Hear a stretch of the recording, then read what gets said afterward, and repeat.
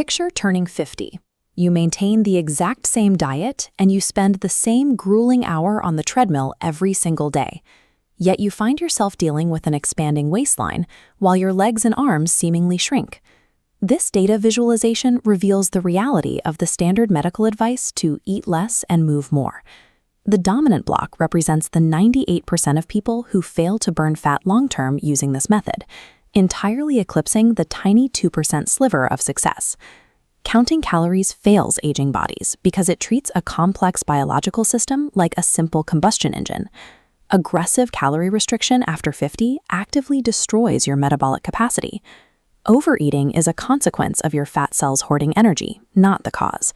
When we focus purely on the volume of food, we miss the actual mechanism driving the weight gain. To figure out why traditional dieting collapses as we age, we need to shift our attention away from the stomach. The real issue is a breakdown in how our cells communicate and how our hormones process molecular information.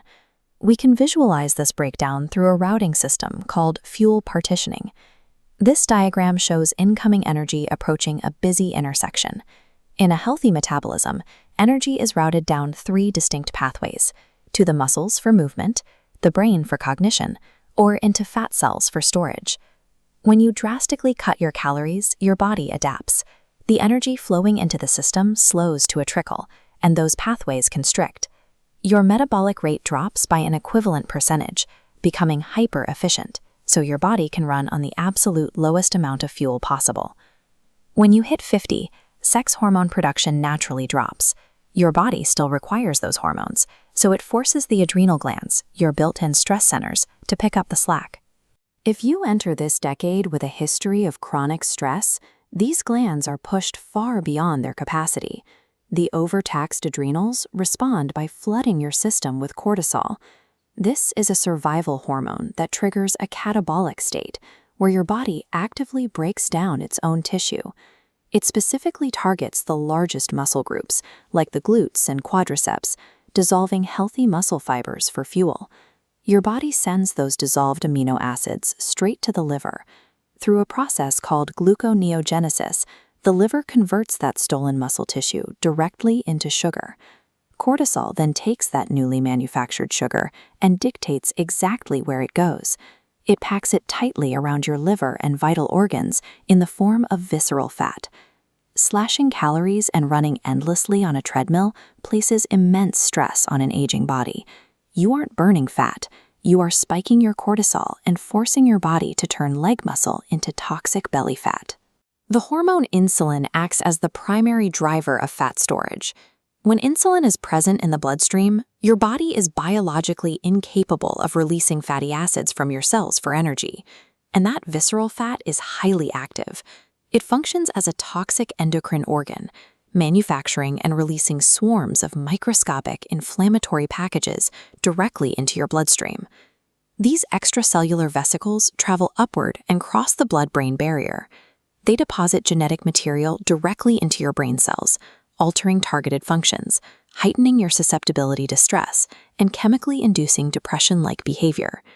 Simultaneously, a diet high in processed carbohydrates launches a second neurological attack.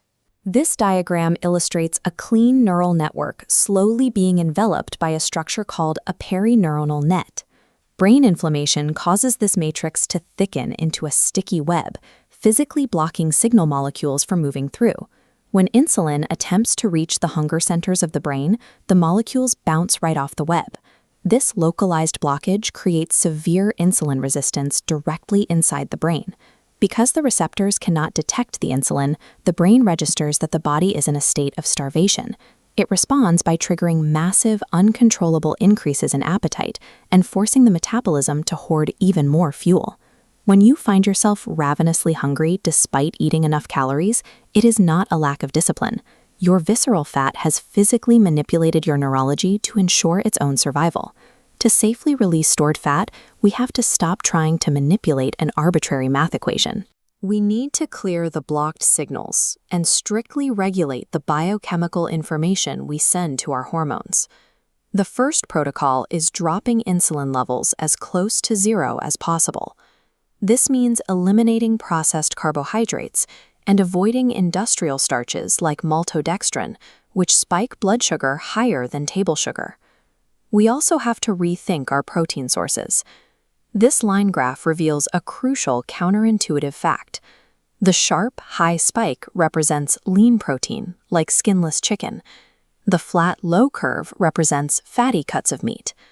Consuming the natural fat alongside the protein acts as a biological buffer, heavily suppressing the insulin spike. This signaling breakdown also blocks the minerals required for cellular energy. Every cell in your body relies on a sodium-potassium pump to generate the electrical charge needed for metabolism. To restore this charge and overcome insulin resistance, you need 4,700 milligrams of potassium daily, which is best achieved through 7 to 10 cups of leafy greens. Next, we address meal frequency through intermittent fasting. Snacking keeps insulin elevated all day. By compressing your eating into a 6-hour window, you give your body 18 uninterrupted hours where insulin levels can finally flatline. This timeline graph tracks the hormonal effect of an 18-hour fast. As the timeline crosses the 18-hour mark, the flat line suddenly arcs into an exponential 2,000% spike in growth hormone. During this window, the body is finally able to mobilize stored visceral fat and initiate a self-cleaning process called autophagy. Instead of driving up cortisol with an hour of sustained cardio, you replace the treadmill with long nature walks and heavy resistance training. Lifting weights mechanically loads the bones and forces the muscles to adapt, which actively reverses the biological aging signature in the tissue. Finally, we have to mitigate the systemic stress that damages DNA. The physiologic sigh, a breathing technique combining 2 rapid inhales through the nose, followed by a long exhale through the mouth, mechanically lowers autonomic arousal and drops stress hormones in a matter of minutes. Fat loss after 50 isn't about solving a math equation. It is about correcting the inflammatory signals and hormonal shifts that have been working against you.